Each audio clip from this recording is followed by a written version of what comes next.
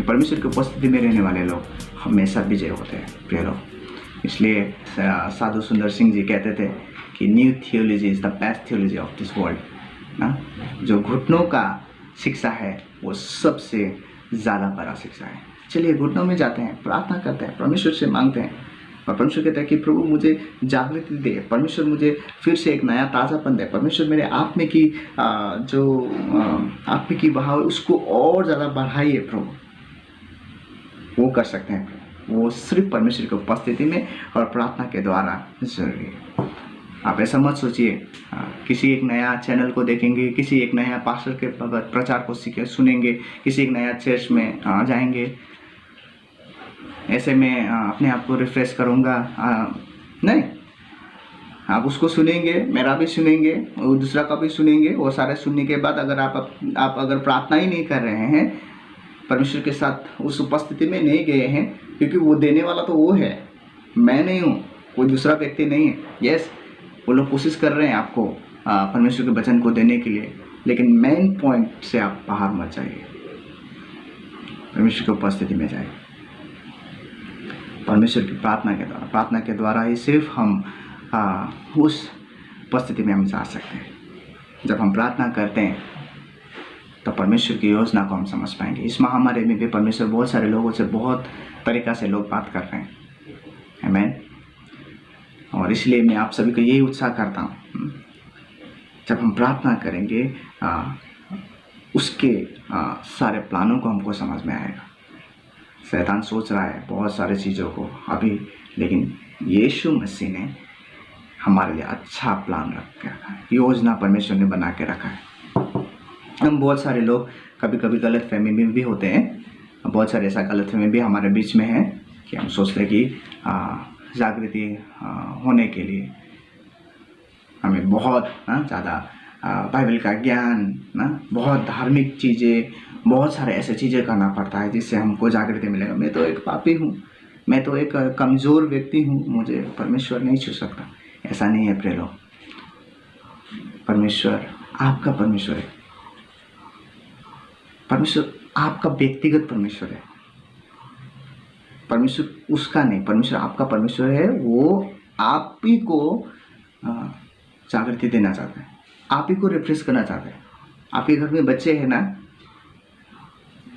तो उस बच्चे को आप देना चाहते हैं ना। वो परमेश्वर आपका है, परमेश्वर किसी दूसरा का परमेश्वर नहीं है कि वो इसको भी देगा, इसको नहीं देगा, इसको देगा, इसको नहीं। परमेश्वर सबको देना चाहता है, परमेश्वर सबको इस ताजगी से, परमेश्वर सबको जागृति देना चाहता है। जागृति का मतलब ये भी नहीं, बहुत सारे लोग गलतफहमी में हैं, बहुत रो रहे हैं, चिल्ला रहे हैं, ये एक साइन है। जागृति का मेन अर्थ है कि उसको मालूम होता है, परमेश्वर की योजनाओं को मालूम होता है, वो पश्चाताप में आता है, नम्र बनता है।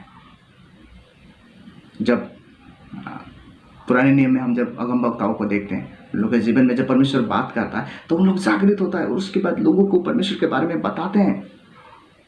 यह है जागृति का पहला साइन। उसको मालूम होता है कि परमेश्वर ने मुझे क्या करने के लिए बोला है, आमीन। जब परमेश्वर के समीप जाएंगे उसकी योजना को समझ पाएंगे। Praise the Lord. प्रार्थना के द्वारा ऐसा भी कहा है कि परमेश्वर ने जब प्रार्थना करते हैं, परमेश्वर अपने योजनाओं को भी क्या करते हैं, अदल बदल करते हैं। परमेश्वर से हम जब प्रार्थना करते हैं, परमेश्वर हमारे उस राज्य को भी बढ़ाता है, परमेश्वर के अपने राज्य को भी बढ़ाता है। हम प्रार्थना करते हैं ना, परमेश्वर अपने कार्यों को प्रस्तुत करता है। इसलिए यहाँ पे कुछ भी ऐसा समय का पाबंदी नहीं है कि सुबह करना है या शाम को करना है या दोपहर को करना है।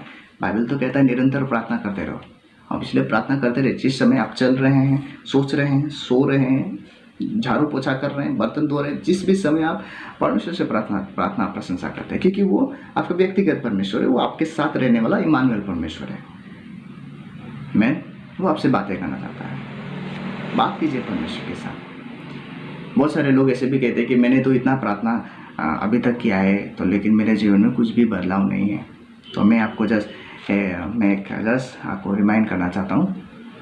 एक व्यक्ति था, वो क्या किया उसने, वो जिम में गया और जो वो पैडल मशीन होता है ना, तो पैडल मशीन इंस्ट्रक्टर ने कहा तुम आपको ये पैडल मशीन में एवरीडे आके कम से कम 15-20 मिनट आपको पैदल मारना है और उसमें चलना है, जितना हो सके आप इसे कीजिए।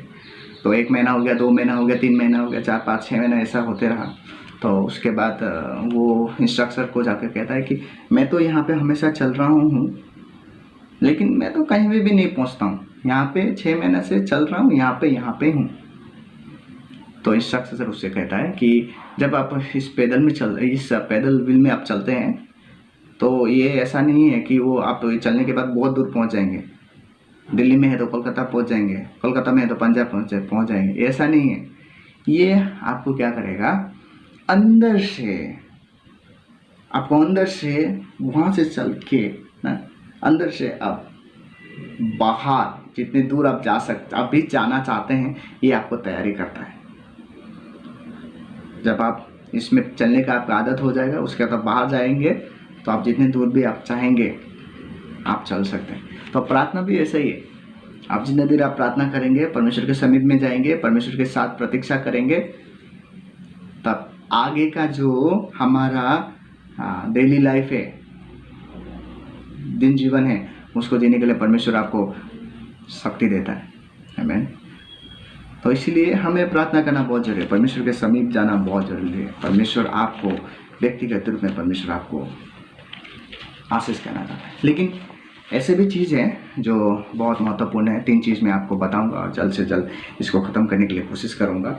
और वो 3 चीज़ है जिससे हमारा प्रार्थनाओं को रुका जा सकता है, जिससे हमें ऐसा हो सकता है कि हमें प्रार्थना में जाने के बावजूद भी हमें उस ताज़गी की यानी कि उस ताज़ापन में हम नहीं पहुंच सकेंगे। 3 चीज़ें आपको बताऊंगा जिस चीज़ से हमें क्या करना है कि हमें किस यानी कि प्रार्थनाओं में बाधा आ सकता है। तो वो सबसे पहला विषय वो है कि हम जब क्षमा नहीं करते। मरकुस 11 अध्याय के 25 पद में ऐसा कहा है, और जब कभी तुम खड़े हुए प्रार्थना करते हो तो यदि तुम्हारे मन में किसी और से कुछ विरोध है तो क्षमा करो, इसलिए कि तुम्हारा स्वर्गीय पिता भी तुम्हारा अपराध क्षमा करे। Praise the Lord. तो सबसे पहले हमारा प्रार्थना को रोकने के लिए पहला बाधा है वो हम क्षमा नहीं करते। हम प्रार्थना में जा रहे हैं, लेकिन अपने पड़ोसी हो, अपने घर परिवार हो या अपने रिश्तेदार हो, हम चाहे अपने स्टाफ में से हो,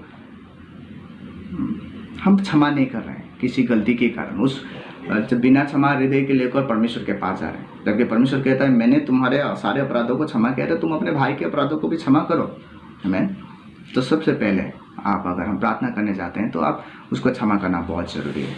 जब हम क्षमा नहीं करते हैं ना, तो हमारे हृदय में शांति नहीं होता है, उस बोझ को लेके हम चलते रहते हैं। जब हम क्षमा नहीं करते हैं ना, उस अशांति में हम रहते हैं, और जब हम क्षमा कर देते हैं उस व्यक्ति को हम स्वतंत्र करते हैं। प्रिय लोग, स्वतंत्र कीजिए। इस पैंडेमिक में लोगों को स्वतंत्र कीजिए। फ़ोन कीजिए, बताइए कि मैंने आपसे दुर्व्यवहार किया या मैंने आपसे गलत सोच रखा था, तो मुझे क्षमा कीजिए। आमीन। देखिए आपका प्रार्थना लग तुरंत परमेश्वर आपको जवाब देता है कि नहीं। आमीन। लेकिन ये आपका हृदय से होना बहुत ज़रूरी है। ऐसा नहीं है कि कुछ पाने के लिए आप कर रहे हैं, आपका हृदय से होना बहुत ज़रूरी है। परमेश्वर चाहता है कि आप लोगों को क्षमा कीजिए, क्योंकि उन्होंने भी आपने क्षमा किया है। हाँ, ये हो सकता है आपके लिए बहुत मुश्किल हो सकता है, लेकिन कोशिश कीजिए ना, कोशिश कीजिए, क्योंकि उससे आप और ज़्यादा आप आपके चरित्र में निर्माण करेंगे। ये इतना आसान नहीं है लोगों को क्षमा करना, लेकिन प्रार्थना कीजिए कि प्रभु मुझे क्षमा करने के लिए कोशिश कीजिए। और मैं भी इस पैंडेमिक में बहुत सारे लोगों से ऐसे क्षमा मांगता हूँ, क्षमा देता हूँ, क्षमा लेता हूँ ना, निरंतर। मैं अपने बच्चे से भी क्षमा मांगता हूँ, अपनी श्रीमती से भी क्षमा मांगते रहता हूँ। गलती होता है, क्षमा मांगता है। छोटे से छोटे चीज़ों को से भी क्षमा मांगना है, हमें सीखना है। ऐसा नहीं कि बार बार गलती कर रहे हैं, मैं इसलिए उत्साह नहीं देता हूँ, बार बार गलती नहीं करना है। क्षमा मांगिए, चाहे आपका जैश हो, चाहे पास्टर हो, चाहे अगुआ हो, परिवार के लोग हो, आप क्षमा मांगिए।